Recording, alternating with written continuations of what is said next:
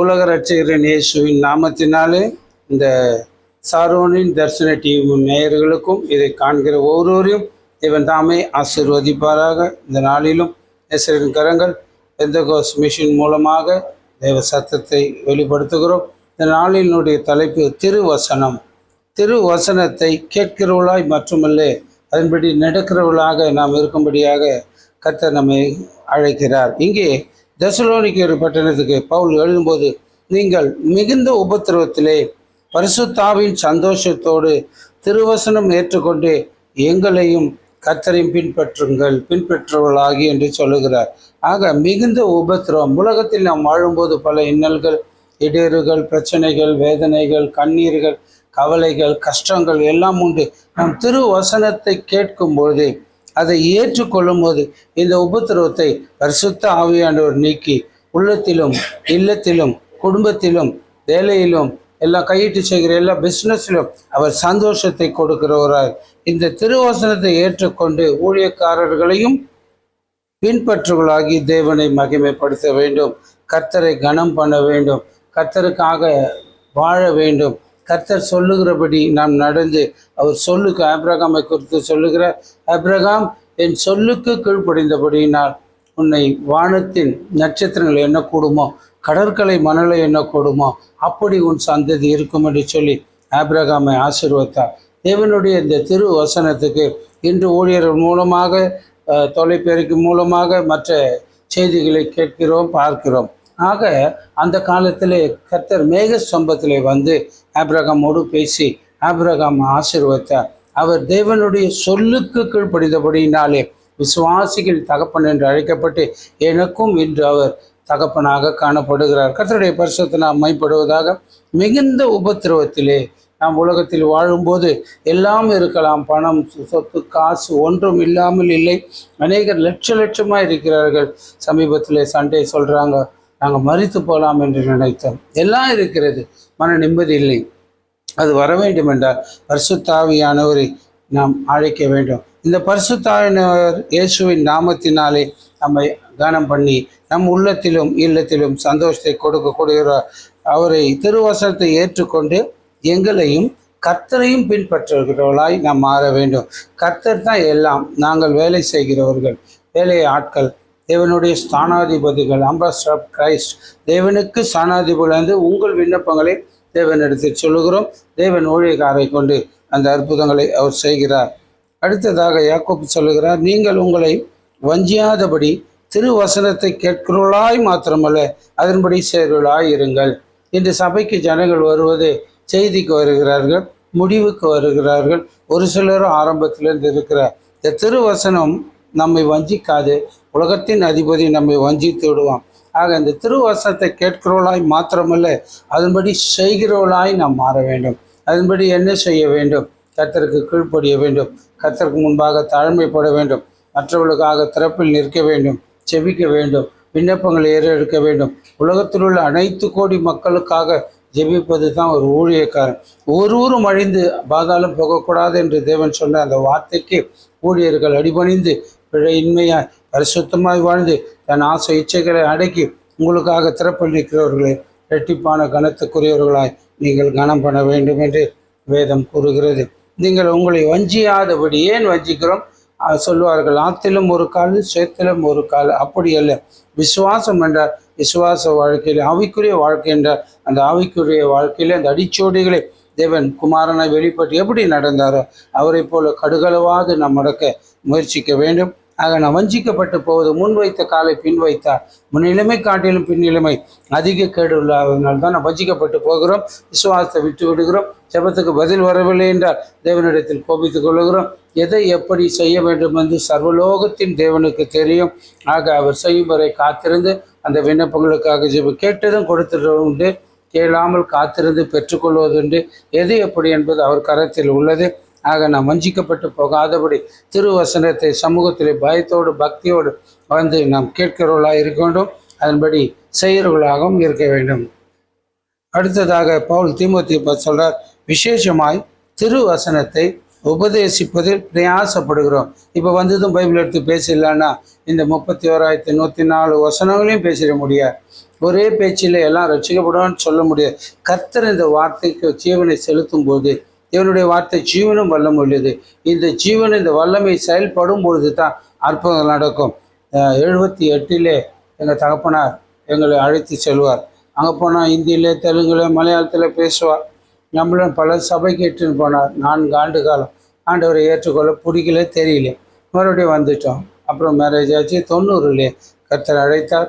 அழைத்த அழைப்புக்கு இணங்கி ஒரே மாதத்தில் ஞானசாரம் எடுத்தேன். மறுபடியும் 40 நாள் கொண்டு அபிஷேகம் பெற்றேன். இந்த அபிஷேகம் வரங்களினால் வல்லமையினால் நிரம்பி இந்த நாள் வரை அநேகருக்கு உப்பாகவும் வெளிச்சமாகவும் கர்த்தர் பயன்படுத்துவார்கள். அவருக்கே மகிமை ஞானம் உண்டாவதாக. ஆக திருவசனத்தில் உபதேசத்திலும் பிரயாசப்படுகிறவர்கள் இரட்டிப்பான கனத்துக்குரிய பாத்திரர் என்று எண்ண வேண்டும். ஒரு ஊழியக்காரன் சாதாரண வேலைக்காரன் அல்ல, இரட்டிப்பான கனத்துக்குரிய தேவனோடு பேசுகிறவன், தேவ ஜனங்களுக்காக மன்றாடுகிறேன். அன்று மோசே ஜனங்களுக்காக மன்றாடி செங்கடலில் நின்ற பொழுது கர்த்தர் அவர் சத்தத்தை கேட்டார். 3 நாள் அந்த செங்கடலாண்டு நிற்கிறார். வந்த தலைவர்கள் எல்லாம், வந்த கோத்திரத்தார் எல்லாம் ஏசுகிறார். ஆகிலும் மோசே கர்த்தர் அழைத்தார். கர்த்தர் செயல்படுவார் என்று விசுவாசம் கொண்டதுனால அந்த செங்கடல் 2 பிரிந்து 30க்கும் மேற்பட்ட லட்சம் மக்கள் கடலை கடந்தார்கள் என்று பார்க்கிறோம். அந்த சரௌண்டிங்கில் அவ்வளோ பேர் மத்தியிலே கர்த்தர் மோசையோடு பேசினார். என்ன பேச? மோசே, உன் கரத்தில் என்ன உண்டு? ஆண்டவரே, கோல் உண்டு, செங்கடலுக்கு நேராக அதை நீட்டினும் போது அவர் அதை செங்கடலுக்கு நேராக நீட்டிய போது செங்கடல் வழிவிட்டு இஸ்ரவேலை காத்தது இன்றும் சரித்திரம், இன்றும் உண்மை. இது இப்படிப்பட்ட ஒரு அற்புதங்கள் உலகத்தில் இதுவரை நடந்ததில்லை. அதுக்கப்புறம் 7 முறை இந்த காரியங்கள் யோர்தானை கடந்தார்கள். மறுபடியும் போனார்கள், வந்தார்கள். எலியா கடந்தார், எலிசா கடந்தார். இப்படி கர்த்தர் தண்ணீரை பின்னிட்டு ஓட வைத்த தெய்வம். ஆக செங்கடலை 2 பிளந்த தெய்வம். ஆக திருவசனத்திலே உபதேசிக்கிறவர்கள் பிரயாசம் ஏற்படுறாங்க. ஆத்துமாக்கள் ரட்சிப்படைய வேண்டும், ஆத்துமாக்கள் மீட்படைய வேண்டும். உலகத்திலே சொல்கிறாங்க, நான் கண்ட இன்பம் காண இவ்வையகம், நான் கண்ட இந்த நன்மை ஜனங்கள் பெற வேண்டும், சபைக்கு வருவர்கள் பெற வேண்டும், சுவிசேஷத்தை அறிவிக்கும் போது பெற வேண்டும், டாக்ஸ் கொடுக்கும்போது பெற வேண்டும், டிவி நிகழ்ச்சியிலே பார்க்கிறவர்கள் இந்த ஆசீர்வாதத்தை பெற்று ஆசீர்வாதமாக இருக்கும்படி தான் ஊழியக்காரனுடைய பிரயாசமாக இருக்கிறது. கர்த்தருக்கு ஸ்தோத்திரம். இது எப்படி ஒரு வீட்டிலே போகிறோம், ஒருவரோடு பேசி கொண்டு இருக்கிறோம், அல்லது நண்பரோடு பேசுகிறோம், வேலை ஸ்தலத்திலே இல்லை பிஸ்னஸில், எந்த சமயம் வாய்த்தாலும் வாய்க்காவிட்டாலும் ஜாக்கிரதையாய் திருவசனத்தை பிரசங்கம் பண்ணு. எல்லா நீடிய சாந்தத்தோடும் உபதேசத்தோடும் கண்டனம் பண்ணி கடிந்து கொண்டு புத்தி சொல்லு என்று சொல்லுகிறார் பவுல் தீமோத்தேயுவை பார்த்து. ஆக எந்த சமயம் வாய்க்கும். சிலரோடு பேசுவோம், அவங்க சொந்த காரியங்கள் சொல்லுவார், சிலர் சோகத்தை சொல்லுவார், சிலர் தேவைகளை சொல்லுவார். எதை சொல்லுகிறார்களோ அதுக்கேற்ற வண்ணமாக சாட்சியை சொல்லி தேவ வார்த்தையை சொல்லாமல் ஜபிக்கக்கூடாது. தேவ வார்த்தை இல்லாமல் ஒன்று நடக்கும். ஆதியிலே வார்த்தை இருந்தது, அந்த வார்த்தை தேவனிடத்திலிருந்தது, அந்த வார்த்தையே தேவனாயிருந்தது, அந்த வார்த்தையான தேவன் இயேசு என்ற நாமத்திலே தேவகுமாரனாய் வெளிப்பட்டார். இன்று ஆவியாய் நம்மோடு இருந்து தேவ நாமத்தை உயர்த்துகிறவராக இருக்கிறார். அவருக்கே மகிமை உண்டாவதாக. சமயம் வாய்க்கும், சில வேளை வாய்க்காமல் போகலாம். அதுக்கு ஜாக்கிரதையாக இருக்க வேண்டும். எப்பொழுதும் ஆயத்தமாக இருக்க வேண்டும். எப்பொழுதும் ஜெப நிறைவோடு இருக்கணும். தேவ சத்தத்தை கேட்கிற தேவ மனிதன். அன்று லட்சோபலட்சம் மத்தியிலே தேவன் பேசினது மோசைக்கு மட்டுமே, மற்றவர்கள் எல்லாம் சூழ்ந்திருக்கிறார். யாவருக்கும் ஒரு வார்த்தை அறிய முடியவில்லை. அந்த தேவன் இன்று நம்மோடு பேசுகிறவராக இருக்கிறார். ஆக போதிக்கிறவர்கள், கேட்கிறவர்கள் சுவிசேஷம் மேடையேறி பேசினால் அல்ல, எந்த சூழ்நிலையிலும் கர்த்தருடைய வார்த்தை ஜனங்கள் மத்தியிலே சொல்லலாம். அதுக்காக கடிந்து கொள்ளுகிறோம் என்று அடிக்கப் போவதில்லை, திட்டப் போவதில்லை. நல்வழிப்படுத்தவே புத்திமதிகளை தேவ மனிதர்கள், பரிசுத்தவான்கள், நீதிமான்கள் சொல்லி உங்கள் நீதியின் பாதையில் நடத்த முயற்சிக்கிறார்கள். ஆக திருவாசலை கேட்கிறவர்களாய் மட்டுமல்ல, அதன்படி நடக்க பிரயாசப்படும். ஊழியக்காரர் நடந்தாரே, நாம் நடக்கலாம் என்று என்னை பார்த்து அநேகர் வந்தார். ஒரே ஒருவரை தவிர அநேகரும் உலக பிரகாரமாய் வாழ்ந்து கொண்டு. ஏன் இதில் வருகிற பாடுகள், உபத்திரவங்கள் மிக கஷ்டம். மோசே அரியணையிலே ராஜாவாய் ஆக வேண்டியவர் அங்கிருந்து ஒரு சிறு தவறினாலே மிரியான் தேசத்துக்கு போய் தன் மாமனார் வீட்டிலே ஆடுகளை மேய்த்தார். சின்ன மலையிலே அவர் மேய்த்திருக்கும் வேலையிலே தேவன் தரிசனமாகி மோசை அழைத்து அதே இடத்துக்கு அனுப்பி அடிமைகளாய் போனவர்களை வெளியே கொண்டு வந்தார். எப்படி ஆபிரகாம் குழந்தை இல்லாத இருக்கிறார். தேவன் மாலை வேளையிலே வந்து பேசும்போது சொல்றார், ஆபிரகாம் உன் சந்ததியார் அந்நிய தேசத்திலே பரதேசிகளாக சந்தித்து அந்த தேசத்திலே உள்ள சேவிப்பார்கள் என்று சொன்னார். அப்போது ஆபிரகாம் கேட்டிருக்கலாம், எனக்கு புத்திர சுகாரம் இல்லை ஆண்டவரே, என் சந்ததி எங்கே போகணும்? விசுவாச தகப்பன் அல்லவா, எதையும் கேட்கவில்லை, விசுவாசித்தார். 400 ஆண்டுகள் பின்பு மொசை மூலமாக அவர்கள் கானான் பிரவேசித்தார்கள்.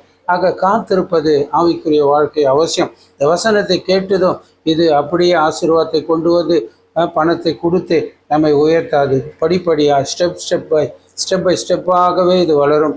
ஆக நம்முடைய ஜெபம், நம்முடைய தனிமை, நம்முடைய வேத வாசிப்பு, சபை கூடுதல், ஊழியத்தை செய்தல், நம்மால் என்றதை ஊழியங்களுக்கு உதவும்படியாக செய்யும் பொழுது இந்த திருவசனம் நம்மை ஆசீர்வதிக்கிறது. திருவசனத்தையும் கற்பனையும் பயப்படுபவர்கள் பலன் அடைவார்கள். திருவசனத்தை வருவாங்க, கேட்பாங்க, போயிடுவாங்க, டிவி பார்ப்பாங்க, போயிடுவாங்க. அப்படி இல்லை. இந்த கற்பனை என்ன சொல்லுது, என் கமாண்ட்மெண்ட்ஸ் என்ன சொல்லுது, நியூ கமாண்ட்மெண்ட்ஸ் என்ன வருது என்பதை சிந்தித்து இந்த கற்பனைக்கு பயப்பட வேண்டும். கர்த்தரை காண்கிற தேவன் என்ற ஒரு பயம் இருக்கும்.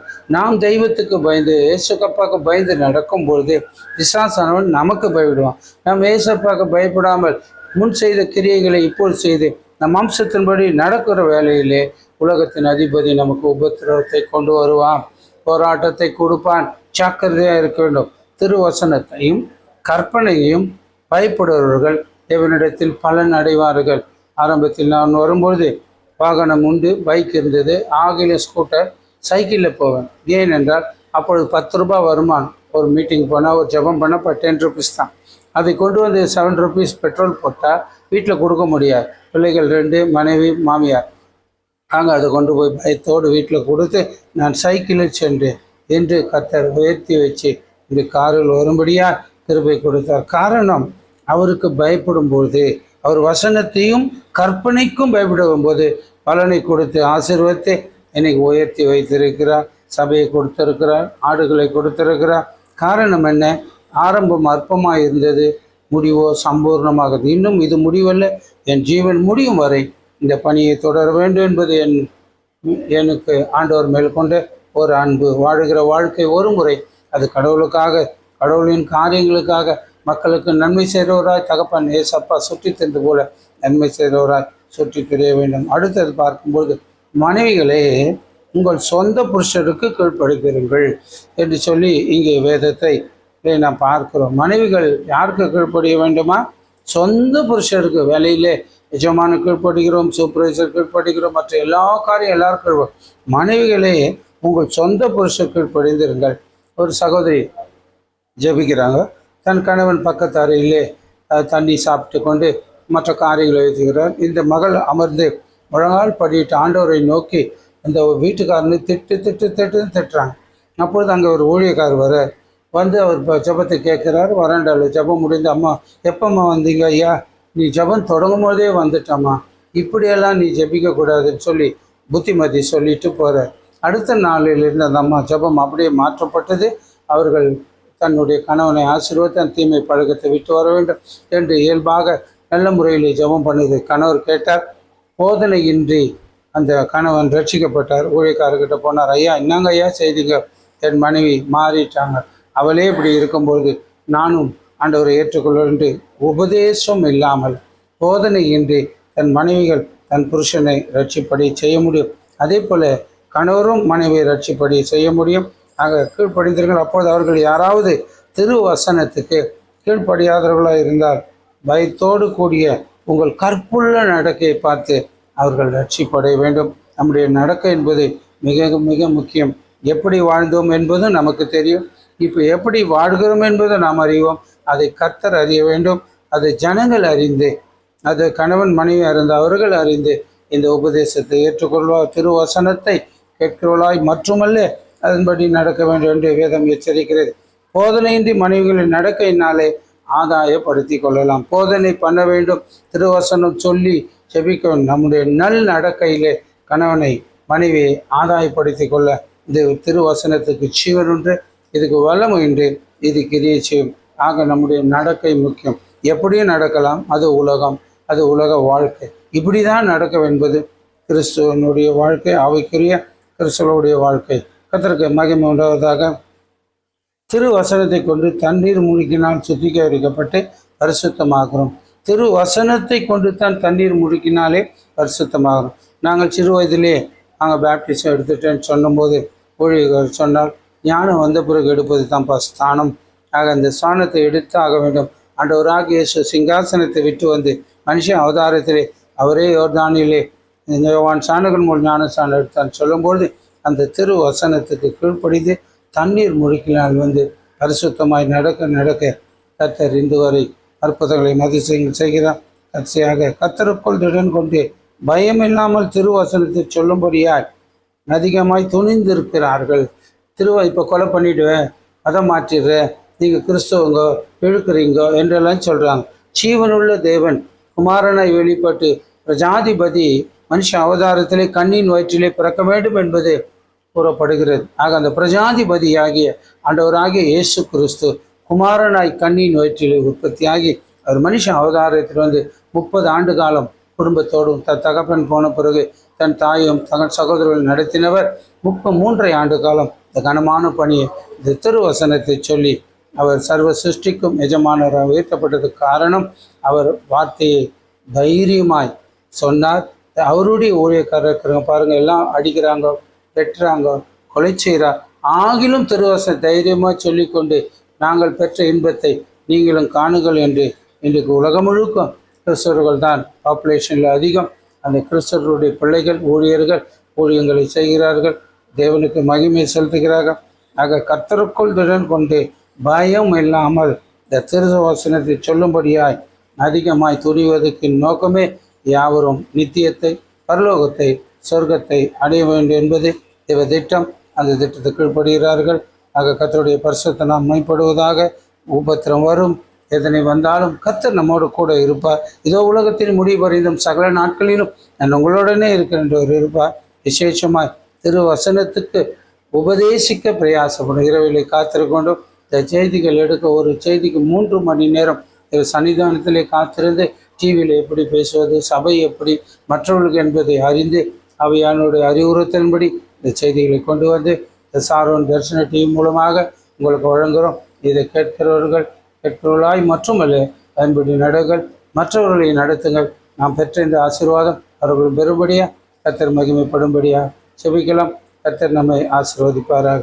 மகா இரக்கம் அன்பு கருபை நிறைந்த அன்பின் தகப்பனே, ஆசீர்வதிக்கப்பட்ட கால வேளையிலும் ஆண்டவரே உம்முடைய வார்த்தை திருவசனத்தை கேட்கிறவர்களாய் மட்டுமல்ல அதன்படி ஒவ்வொருவரும் இந்த நேயர்களும் மற்றவர்கள் காண்கிறவர்களும் இந்த நிகழ்ச்சியை பார்க்கிறவர்களையும் ஆசீர்வதியும். அவர்கள் குடும்பங்கள் செழிக்கட்டும். ஆண்டவரை அபிரகமாய் ஆசீர்வத்தை, அடிமையை ஆசீர்வத்தை நற்செய்தி மூலமாக ஊழியர்களையும் ஊழியக்கார குடும்பங்களையும் சபைகளையும் மக்களையும் ஆசீர்வதித்து திருநாம் மேம்படும். உடைய வருகைக்கு முன்பாக ஒரு கூட்ட ஆத்துகள் மக்கள் ரட்சிப்படைந்த நித்தியத்தை சுதந்திரிக்க சொர்க்கத்தை காண பரலோக பரம்பொருளை அறிய கர்த்தர் கிருபை தந்த ஆசை.